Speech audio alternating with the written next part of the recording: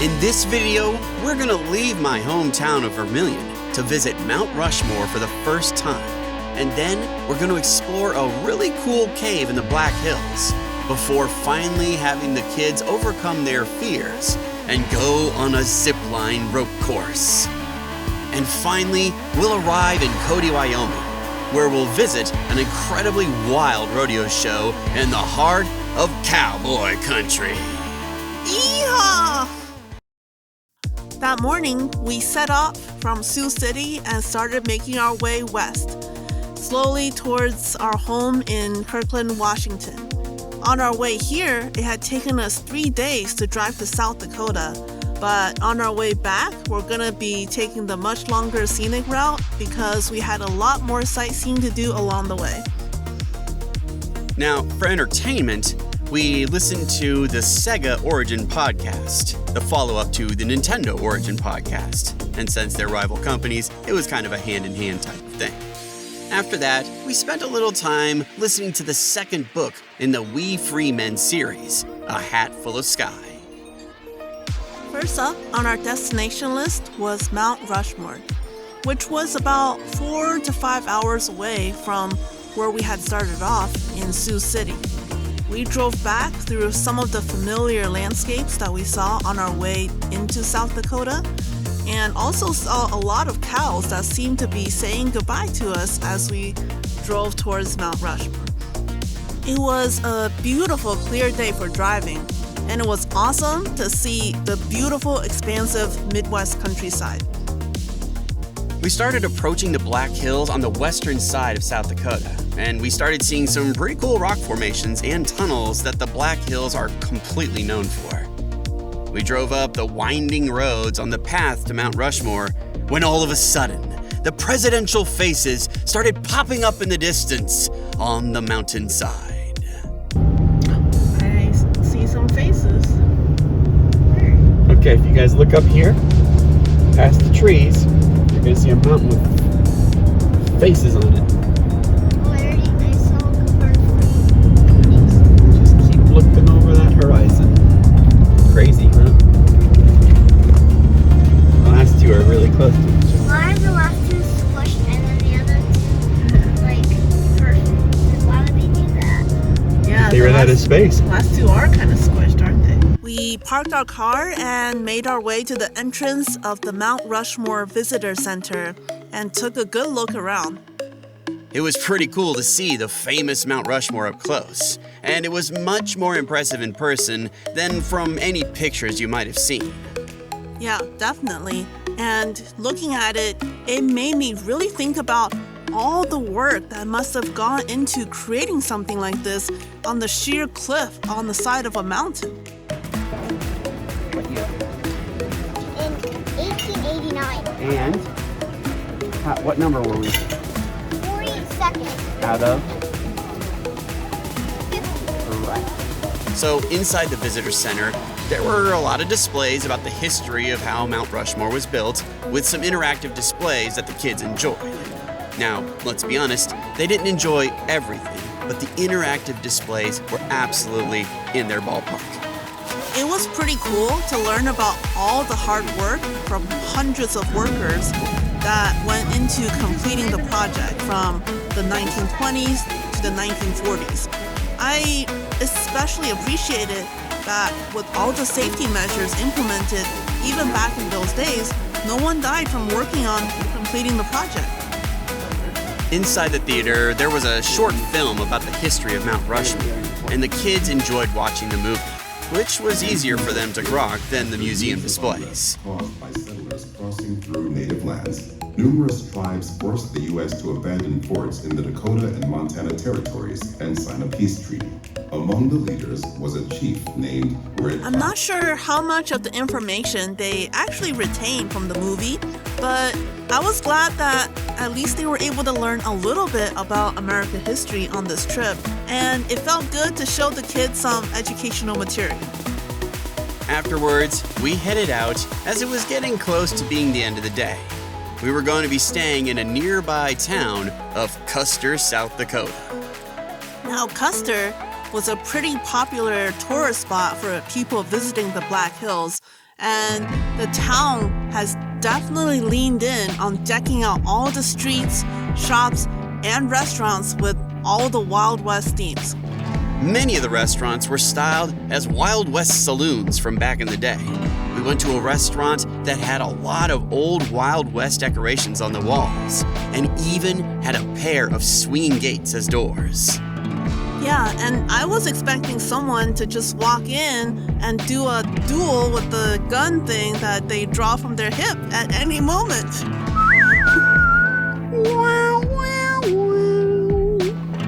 So the actual food was pretty good, but definitely a little bit pricier given the touristy location. And, as I remember, even months after this vacation, Linda had to point out that they charged us extra money for something that we didn't get, some kind of server fee or something. So always check your receipts, people. Yep.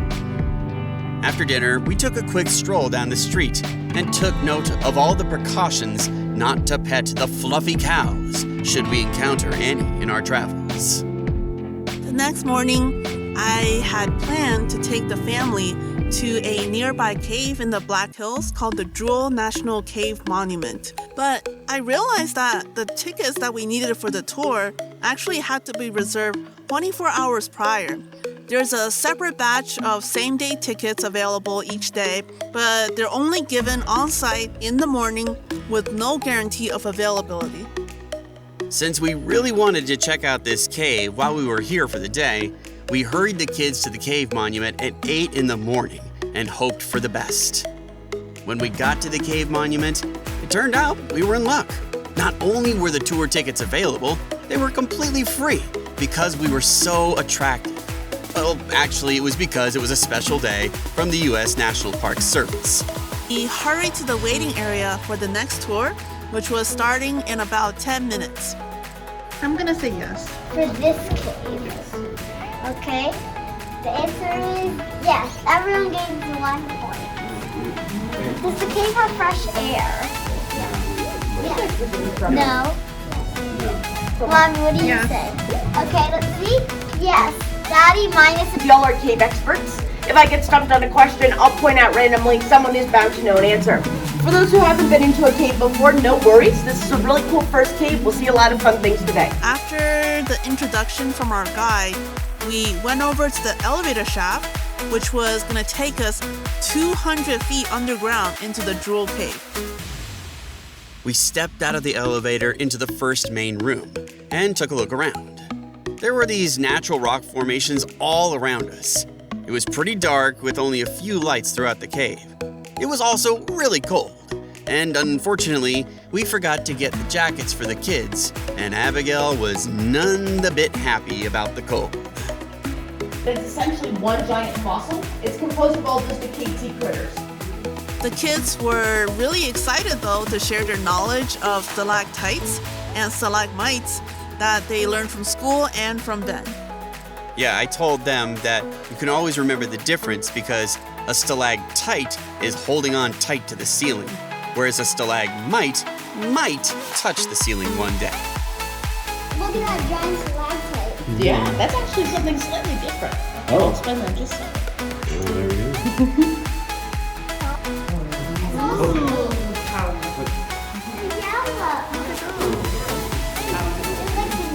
So these right up here are called stalactites. Stalactites are formed when groundwater is dripping into the roof, and as the water drips down, it carries various minerals, such as calcite. When the water drips off the end of the formation, it will deposit the minerals, making these longer. According to some caves, it can take... So this right here is my favorite stalactite-stalagmite combo. Let's see, I just learned a new way to tell the difference. I know at least the way that we always tell people is a stalactite hangs tight to the ceiling, and a stalagmite, if you're a caver, you might trip on it. The guide told us that the water drops that naturally form in the cave are called cave kisses, and one of them happened to land on my neck. You're so lucky. Why does the water always drip on your eyes? The ground is really sparkly. It is because it's super wet. Put it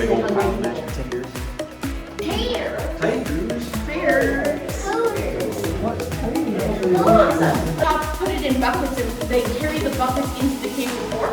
The original metal was all aluminum. So would either weld it in the cave or they could carry it into the cave pre-welded using the portal entrance. It is one long ramp. The layer itself, which is the white line, is also much thicker than... And finally, near the end, we saw some naturally formed rocks that look like a bacon strip. Nature is truly amazing. Or quite hungry. After the cave, we started driving towards the Custer Wildlife Loop.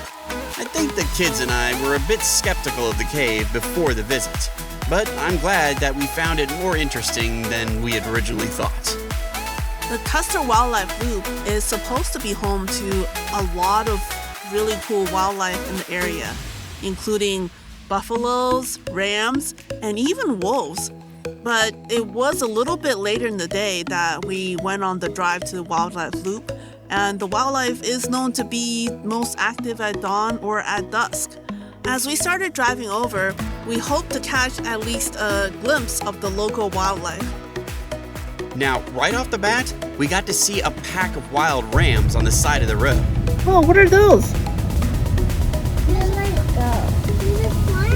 Unfortunately, for the rest of the wildlife loop, it really honestly wasn't that eventful. We did see a single buffalo off in the distance, but I think the rest of the animals must have been taking a siesta, as it was close to midday at this point. Oh, there's some bison way over there. Oh, yeah. See the bison. Nope. Two. Right there. I think there's three. There's three of them way over there. Bison. We already got that checked off. The road was also very bumpy and very curvy, and unfortunately Luke got a little bit sick from all the motions in the car. Later in the afternoon, we wanted to check out the Cosmos Mystery area. That's supposed to have this weird gravity. But unfortunately, it was closed on Mondays. Instead, we decided to do something equally mysterious and check out the Rushmore Adventure Park, where there was a rope adventure course for the kids to try out. This was the first time that the kids had tried anything like this, where they had to put on a harness and do a balancing act with zip lines way up in the air. Luke got really nervous after a few minutes and just wanted to give up completely. It took a lot of coaching from both Ben and me and the staff to convince him to give another shot. And we started him on a less scary area for smaller kids closer to the ground. Before we knew it, Luke was flying through the lower obstacle courses and having a ton of fun. And if you look up, buddy, there's similar things up top. It's just higher, that's all. I don't even need the ropes. I can just... Well, you can do that? Well, that's great balance. Ready? And then just kick your legs out and go. Remember, I'm right here, okay? So nothing can happen. Jump and go. Whoa! That's cool! I was really proud of him for overcoming his initial fears. Abigail was also progressing really well through the higher levels of the obstacle course. Although when it came to the zipline section, she was very scared to take that jump. After a lot of encouragement, she finally took the leap and overcame her fears. Yeah, we were both really proud of Luke and Abigail. And after that session, they both said they wanted to do it again in the future. It's a great lesson for the kids to try new things, even though they can be scary at first, just because they might uncover a new experience that they couldn't have imagined having before. Definitely. And after the rope course that afternoon, we said goodbye to the Black Hills, at least for now, and started driving towards Gillette, Wyoming. We passed by Sturgis, where that big motorcycle event was happening, and there were lots and lots of motorcyclists.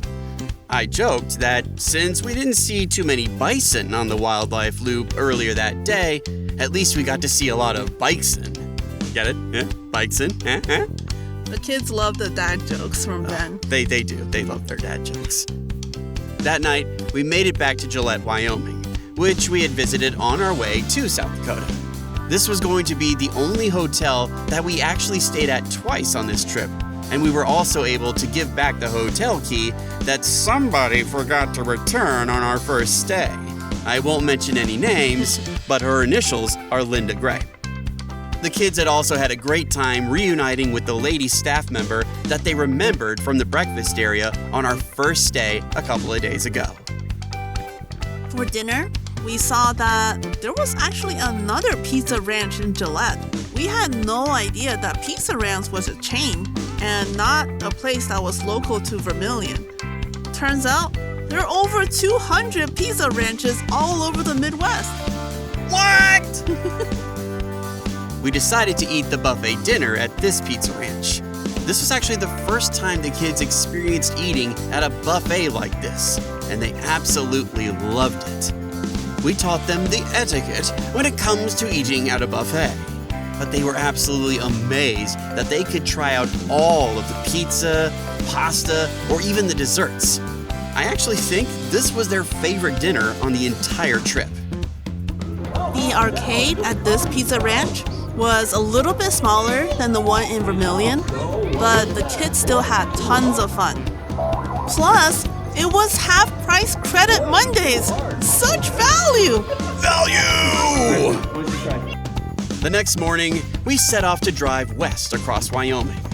Our plan was to stay at Cody, Wyoming for the night before visiting Yellowstone the next day.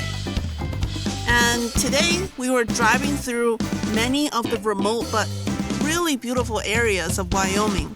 Now, I'm gonna cut you off here. Remote really doesn't give it justice. Barren wastelands, nothingness for miles and miles. Continue. Yes, like Ben said, we passed through some very open and wide plains for many, many miles, drove by a lot of towns and ranches, and passed through some huge, picturesque mountain ranges. But I'd like to reiterate, it was very barren. That's true. Wyoming was greener than I had previously thought, with scenery that was closer to what I'm used to back in Washington. We approached these mountain passes with these sheer cliff walls, and later on we went down this spiral mountain path with beautiful mountains all around us. Now, that's where all the fun and games ended, because it was around this time that I started to get frustrated at a camper van a few cars in front of us that was taking their own little sweet time driving super slow and enjoying the scenic view. However, it was causing a huge traffic backup in this single-lane road. It took nearly an hour for us to get to an intersection, where luckily the camper van went in a different direction, much to my relief. With any luck, it flew off a mountain and had a nice scenic view as it crashed into a ravine and exploded. That's dark. Well, it was an hour of my time and my life that I could never get back. But of course, the gods had a little bit more humor as we realized there was yet another slow camper van in front of that one. Why gods? What? Evil. This is why everything is terrible in this existence. What? Oh, there's another one. There's another one. We care about, but we'll go nice and slow. Finally, after getting past all of the camper vans, we were getting into some of the really rural areas of Wyoming. We passed through some really teeny tiny towns. There was one sign that said the town's population was 12 people. I wonder how a town that small can possibly function, especially since we were so many miles away from the next closest town. There were a lot more cattle ranches and, weirdly, a patch of green cornfield in the middle of a lot of cattle ranches, which definitely felt a little out of place. As we all know, corn only grows in South Dakota. Like, it's not like South Dakota where it's corn everywhere. It's like desert and then suddenly corn, you know? Seems a little odd. Finally, we arrived in Cody, Wyoming late in the afternoon. And boy, were the cowboy themes absolutely everywhere in this town. Even Ronald McDonald in this town was decked out in cowboy gear. We went to visit the Old Trail Town, which was reconstructed to reflect the Old West experience from the 1890s frontier era. Unfortunately, because it was so late, it was already closed for the day. But we were able to get a few videos standing on the outskirts, which I guess is still pretty cool. For the evening, I had gotten us tickets to the Cody Nite Rodeo. Apparently, this is the thing to do if you're going to be visiting Cody for one day, and it's something you really don't get to experience anywhere else in the world. We got to the stadium a little bit early and grabbed some seats and looked around the stadium. The place definitely filled up as I got closer to showtime. The show started with an endless stream of advertisements from all the local businesses by riders on horseback. And I don't mean there was a lot of advertisements. I think literally every local business put an advertisement onto a horse rider. As the show got underway, the very first event was cowboys riding on bucking horses.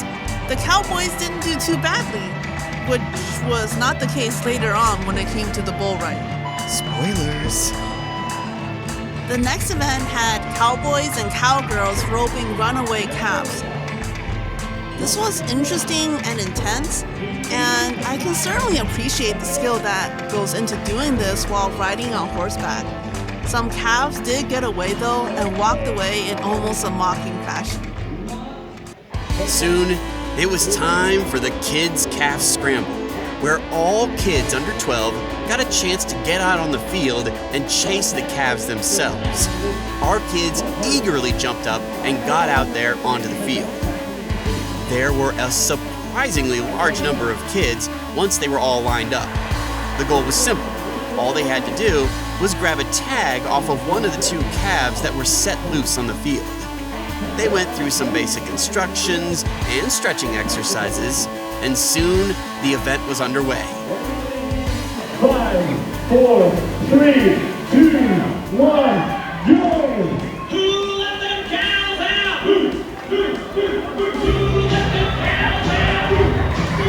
It was absolute madness, with literally thousands upon thousands of little children running as hard as they possibly could after these calves that were simply much faster than them. I don't think there were thousands of kids. You're right, it was probably millions. It seemed like a lot. It was crazy. You'll see millions in the video. Our kids were absolutely exhausted after that event, and I really don't think they got anywhere close to those calves. But I think they had fun, which is all that matters. Now, back to the rodeo show. The next event features some horseback racing, which was really impressive, especially with some of these really young riders able to handle the horses with such grace and ease. The very last event of the night was the bull riding, and boy did the cowboys have a hard time of it. I don't think any of them got anywhere close to the goal of staying on for 8 seconds, but it was still quite a sight to behold to watch them try against these mighty animals. Good thing I wasn't out there. I absolutely would have blown that goal away. Yeah, right. The whole rodeo experience was definitely something that was outside of our comfort zone. But it was pretty cool to experience that local culture that we wouldn't have seen anywhere else in the world. The next morning, we went to get our hotel's continental breakfast as usual.